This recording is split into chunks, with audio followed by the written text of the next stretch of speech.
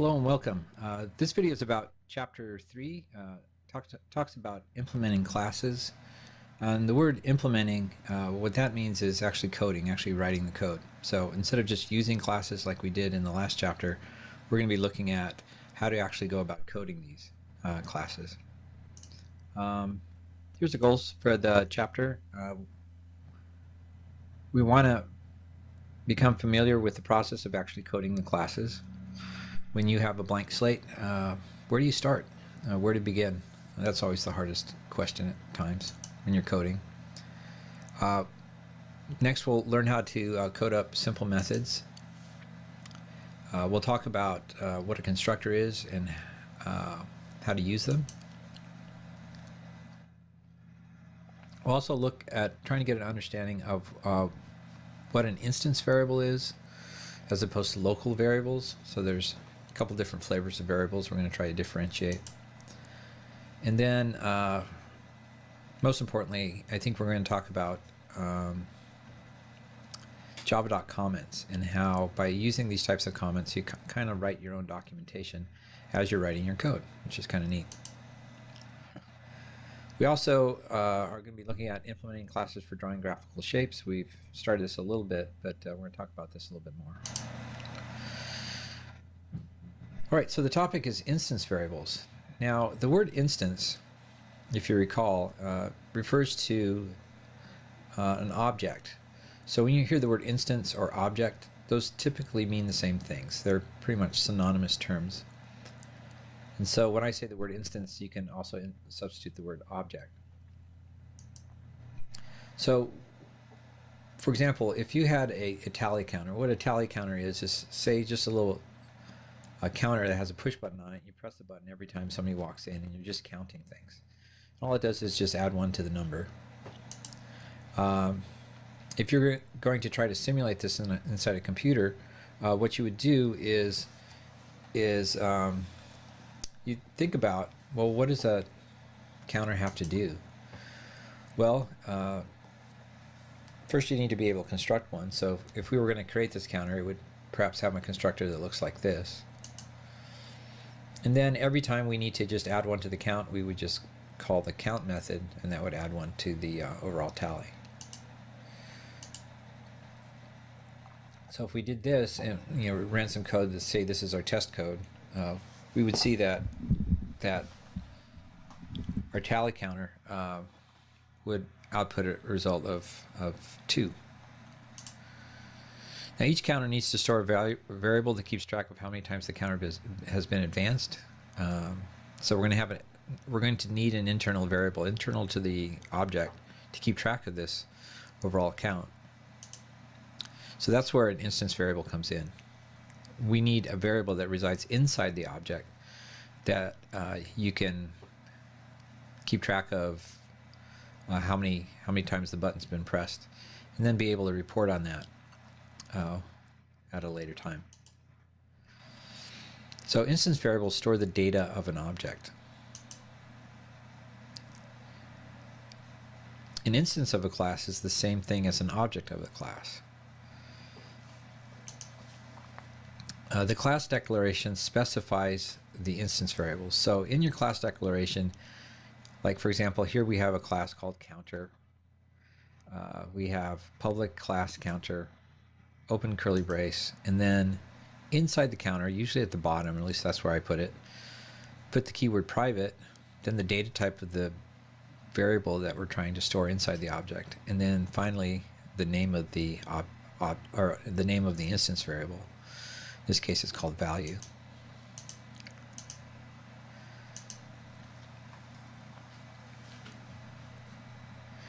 Now, when you're talking about an instance variable declaration, it has the following parts to it.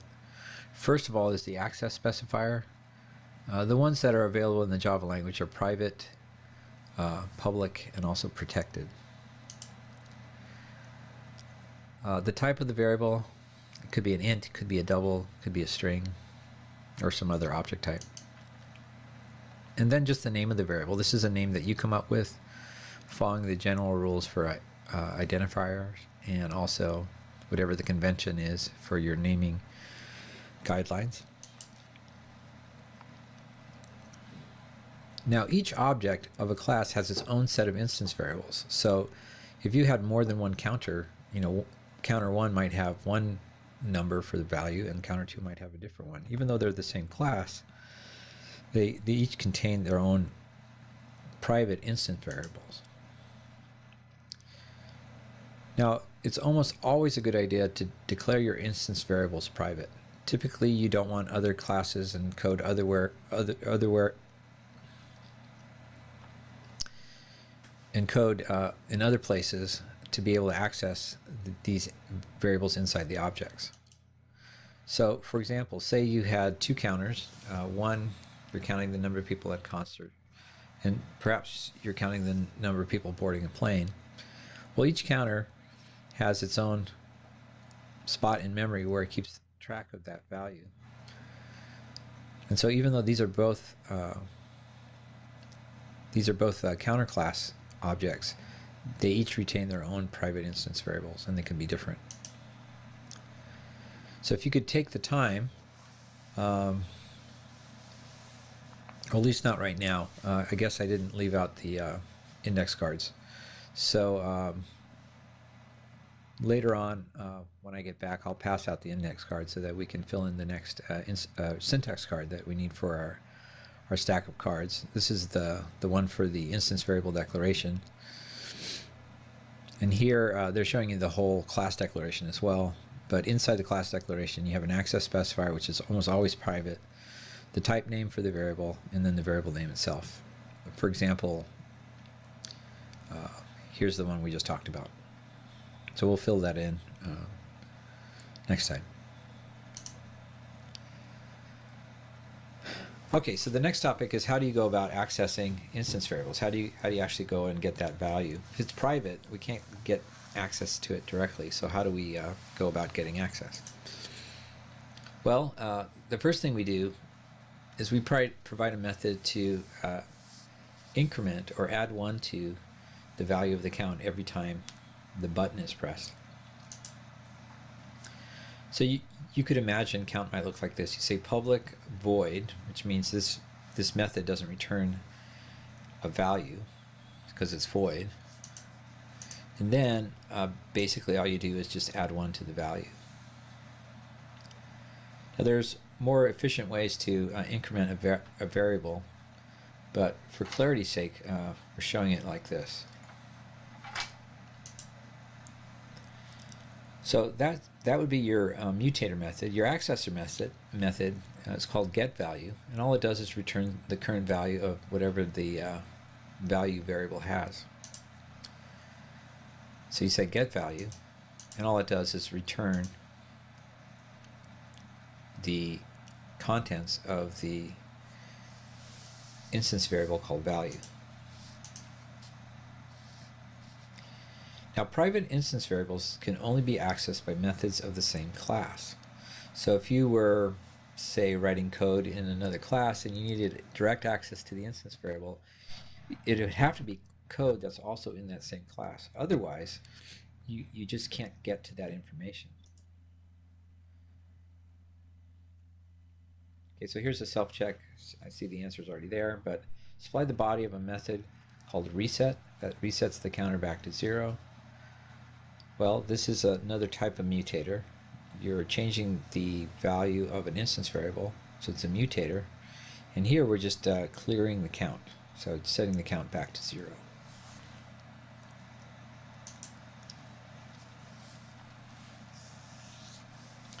All right. Next, we're going to start a project. And what we're doing is trying to define a class called a bank account. Now, in my days when I was younger and I was writing software in industry, I used to write a lot of banking software for a lot of national banks. And so I'd have to create a lot of classes related to banking, and one of them was a bank account. Now, this bank account, you can have, you can deposit money, you can withdraw money, you can get the balance. We used to do a lot of other things, but these are the 3 main ones that most people deal with. So we're at the start of trying to define our class, and so we have to first ask ourselves, well, what are we trying to build? And then once we have that figured out, we have to figure out, okay, so what do we want this thing to be able to do? So our bank account is our object, that's our noun. And then the things we want to do with that noun or that bank account would be deposit money, withdraw money, and get the balance.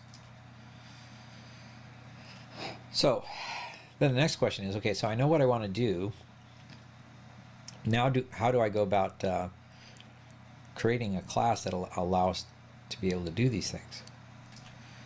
Well, first we have to come up with a name for the class. Now remember, class names start with a capital letter, so in this case we're going to call it bank account, no space. And again, using the naming conventions that are used for identifiers. And then we're simply going to create three methods: deposit, withdraw, and get balance. All right, so we have kind of an idea now. We know what we want to call a class. We know what methods we need the class to provide. And so now, so we have to think about, okay, if you're going to use a bank account, how would you go about writing the code? I always think of the test class. How's the test class going to exercise each of these methods to see if they work correctly? Well, you could imagine code like this. First of all, suppose you had this checking account called Harry's Checking.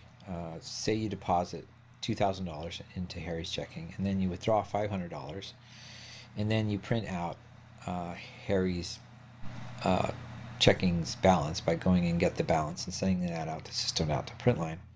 Now, if Harry's checking started at 0, the expectation is we'd get back out $1,500.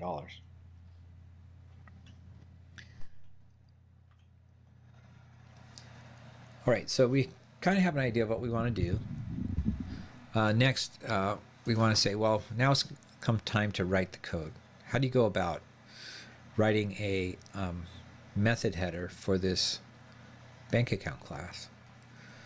Well, since we want to be able to call this method from outside of the class, the access specifier we use for the public interface for a class is typically public.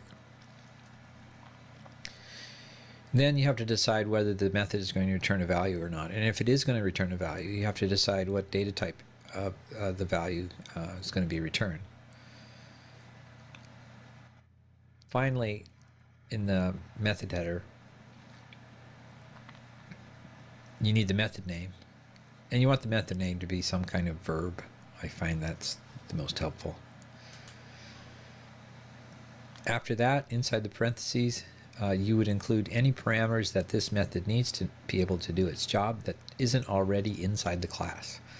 So these are bits of data that aren't in the class or inside the object, and you need this information to be able to do the work that the method needs to be able to do.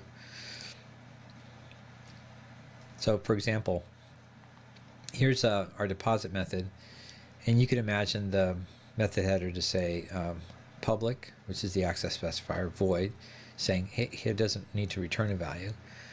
The name for the method is deposit.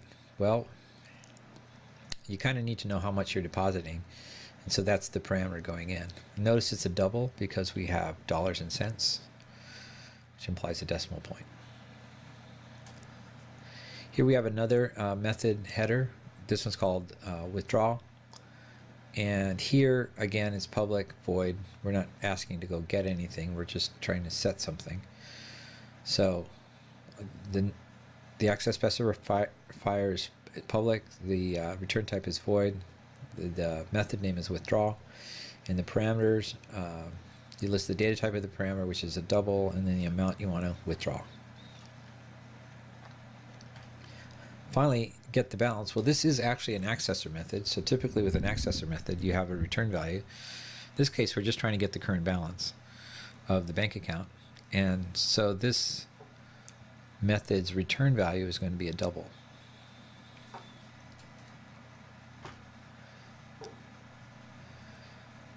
So we know the methods we need. We kind of have the method headers figured out, but we still need a way to actually create a bank account.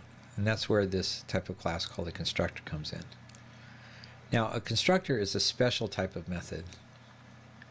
And the main responsibility of constructor is to allocate space and memory to hold the data that's inside that object, and also to initialize the initial values of those instance variables so that they make sense for that type of object. So a constructor initializes the instance variables. That's its main job. Now you want to always start out your object in a sane and intelligent sense. You don't want it to have just random values or things that don't make sense given the nature of the object you're trying to create. Another thing to remember about constructors is the constructor name is the same as the class name.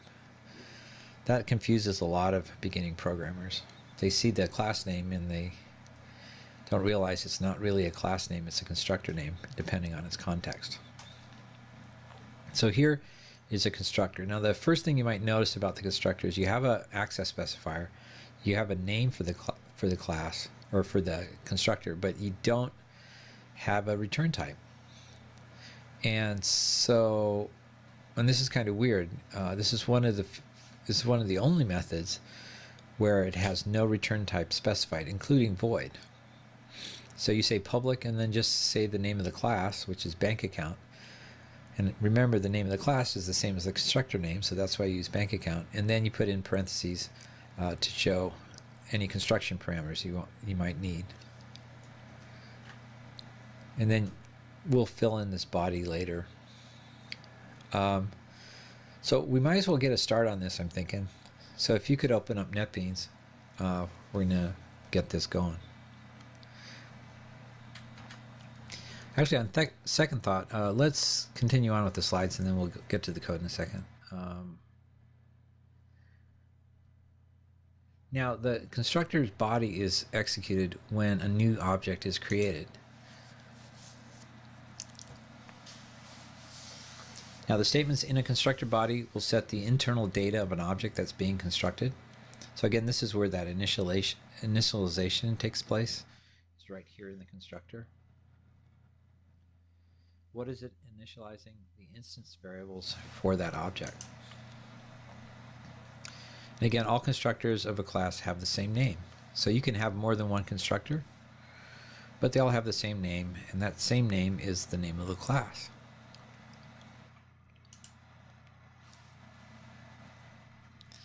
Now, the way the compiler can tell which constructor to call is by looking at the list of parameters. And if it sees that, one constructor has this list, another constructor has this other list, and it can tell them apart that way based on the types and the number of parameters being sent in.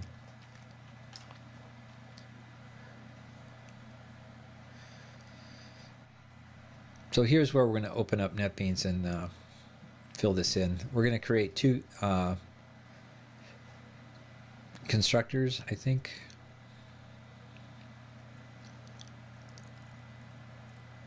That's kind of odd. They have one constructor, one that takes the initial value, and then I think there's a line of code missing. Let me just look. Constructors, public. Yeah, I think there's a line of code missing. So we'll fix that when we go into our code. So let's go do that. Okay, so this is where we want to actually switch over to NetBeans, so I'm going to do that right now. All right, here we are in NetBeans. We're looking to create a new project, so let's do that. Clicking on New Project. And again, we're doing a Java application, and then we're going to call this one Bank Accounts.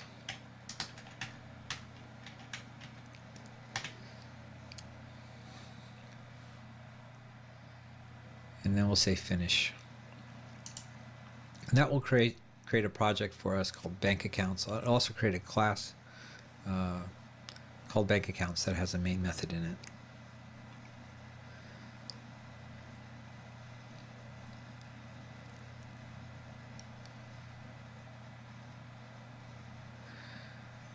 All right, we have our bank accounts class. This will be our tester for our bank account. But we still haven't created our bank account class. This is singular. So we right click on our package name and say new Java class. And we're going to call this one bank account, singular, bank account. We'll say finish.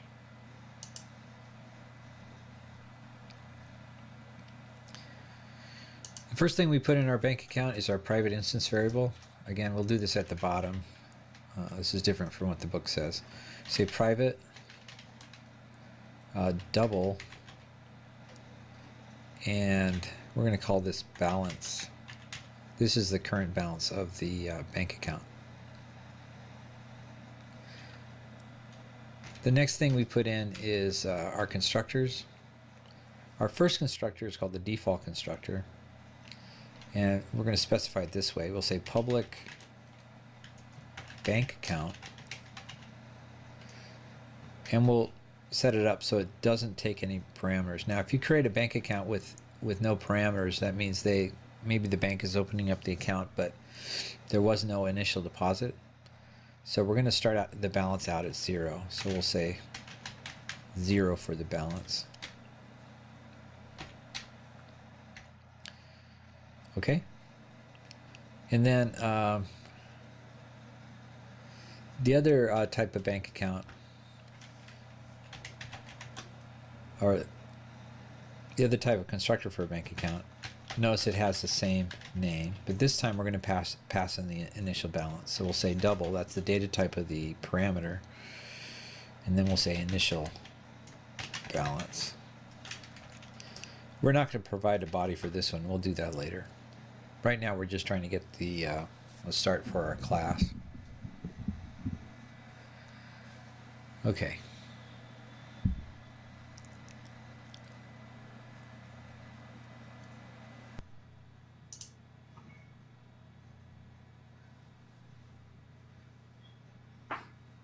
All right, we're going to go back to our slides then.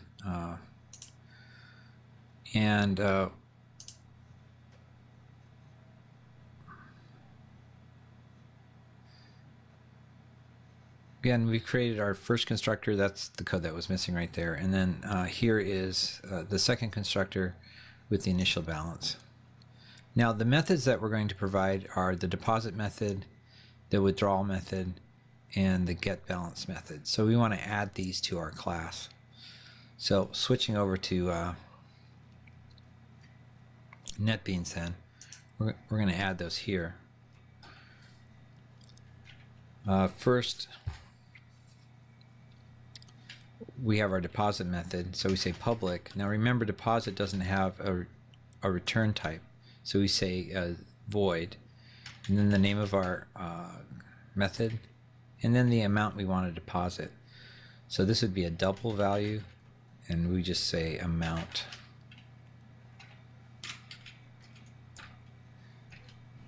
And notice we're not specifying the bodies of these things.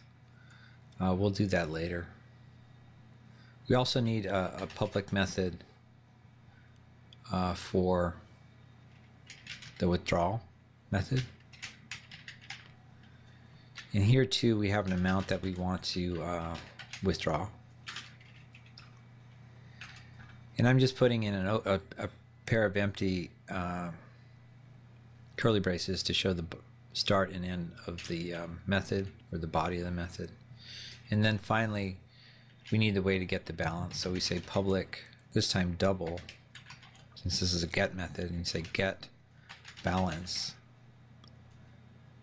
And that doesn't require any parameters at all, and we'll do that. So now we have our bank account. It has two constructors. It's got a deposit method, withdrawal method, and a get balance method. This one will complain because we're not returning any value for the data type. So to get this not to complain, what we're going to do is put in a to-do comment. This is a comment I put in, and this is just something I need to do later. I'll say to-do, and I'll say fix me. That's just so I don't forget. And just to keep the compiler happy, we're going to return 0 for the balance, hard code it that way, and then the compiler stops complaining. So when you're all done then, what you should have is a class that looks kind of like this. Let's, yeah, right there. That's kind of what it needs to look like. So back to our slides. That's what we have. Here's another syntax card we're going to have to create. This time it's the class declaration. And if you recall, though, we're changing the order here. We're going to put the instance variables last, the constructors first, and then the methods after the constructors. So again, I would just move that to the end rather than the start. And then here's all our methods. This is the one for the counter, let's say, but we're doing the bank account. So maybe pause the video here and fill out this syntax card if you're watching this video and you have a card available.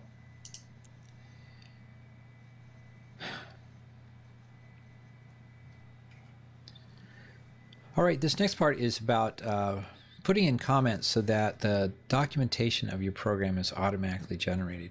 In order to do that, you have to have your comments in a very specific format.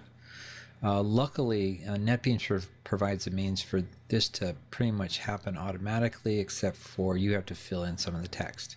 So I'm going to show you how to generate this kind of documentation, or at least these type of Javadoc comments that can be used later by the automatic commenting engine, and we'll show you how to set that up. So switching back over to NetBeans, then we're going to put Javadoc comments in our code. Now, already you can see that anytime you see a comment start with these are block comments, right? With a slash and a star and a star and a slash. Those are block comments.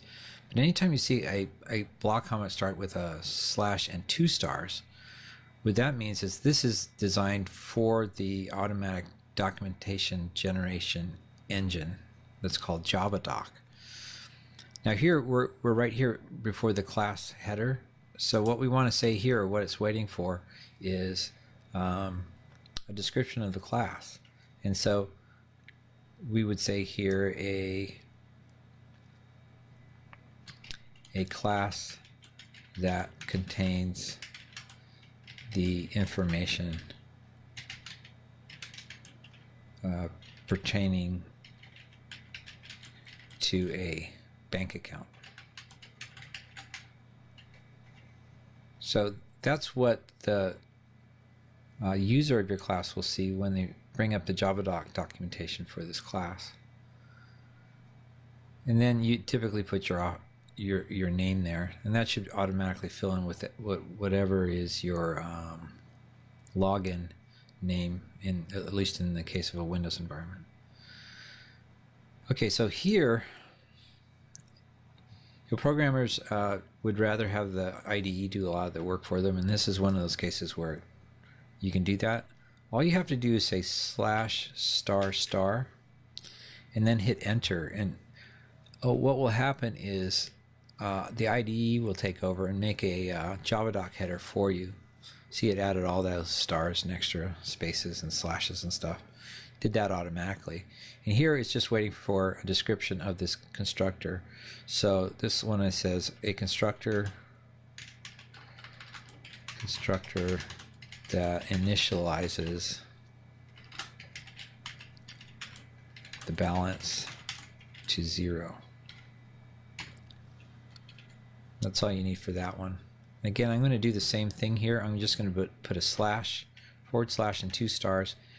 And watch it this time. It's going to generate not only a space for the description of the constructor, but also automatically generates a line for the parameter. See, the parameter got created automatically for you.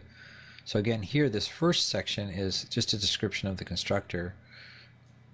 A constructor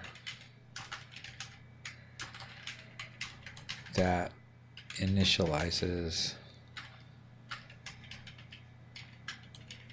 the balance to the value passed in as a parameter. And then here it wants a description of the parameters, so you would say, well, the initial balance. Okay, so that's a little bit redundant, but that's all you need there. Notice we haven't written any code yet, except for maybe that. All we're doing is setting up what our class is going to look like, but we really haven't provided any body to any of these methods other than this constructor. And that's okay, because it's showing us what we know what we're going to be trying to build before we start to build it. Here again, slash and 2 stars. And see how it automatically put in the parameter there, but we do have to specify what the deposit method does. It says adds the amount to the balance of the bank account. It's a good description. And then you describe the parameter being passed in, the amount to add. Here again, it needs a Javadoc comment.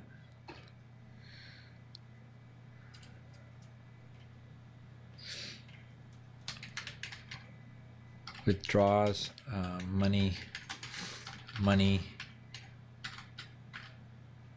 from the bank account.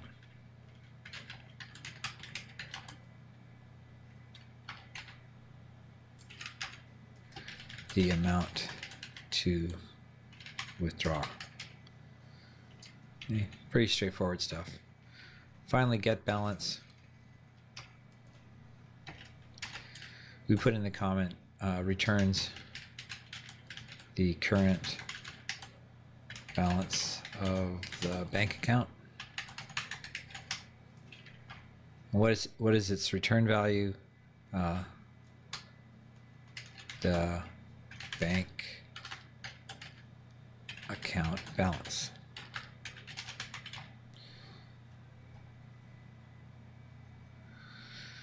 So at this point, you're probably asking yourself, well, why are we going to all this trouble to put in these fancy comments? And again, the reason why we're doing it this way is because we want to be able to generate documentation about our class so that other programmers can actually call our class and be able to use it and use it correctly. So we're going to rely on a tool called Javadoc. Now Javadoc can be found underneath the Tools menu, and then I think is it Tools? No, I think it's under Run for some reason. So you say Run, and you say Generate Javadoc. And so it's going to create actually a whole website that describes your class based on the comments you created using Javadoc comments. So let's try it.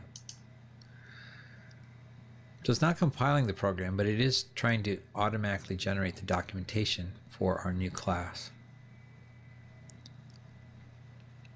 And you can see it working down here.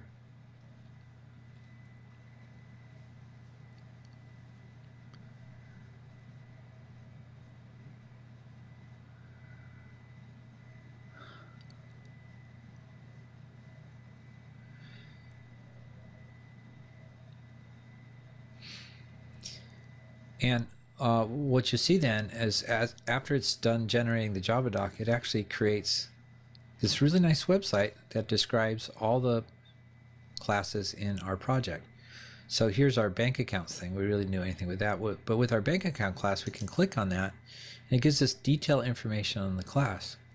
And notice that the text it uses for this documentation comes directly from our Javadoc comments. If you remember our description of our class, well, here it is right here, a class that contains the information pertaining to a bank account. Here are our 2 constructors. If I want to see detail on those constructors, I can click on one, and then off you go. And it shows you the detail on that constructor right there. Gives you the description of that constructor coming straight from our Javadoc comments, and it also gives us a description of the parameters. So again, just imagine having to build this website and have to maintain it so that people could use your class. Well, now you don't really have to do that because it gets automatically generated for you using Javadoc. As long as you have your comments in the right format, like we have here, then your documentation for your class pretty much generates itself. And then as you make changes to your class, you can go back here and update the Javadoc to have the changes be reflected in the documentation. So in all, it's a really nice tool. It's one of the best things that there is in Java is this Javadoc tool. And all the other languages now, the other compilers and IDEs, regardless of language, are using the same idea to generate their documentation. All right, I think that's everything. Let's just go back to the slides and just make sure that we've covered everything. We've done that. I guess they're trying to suggest that you need to provide documentation for everything. So we did our bank account or our class comment up at the top of the class that describes the class. And you want to provide documentation for every class, every method, every parameter, and every return value. Seems really tedious, but given that your documentation is being automatically generated, it saves you a ton of time. And it builds something that looks like this, although ours was a lot better looking because we have a better version of Javadoc. Okay, so we're going to stop there. And I think that's good for this first part of Chapter 3.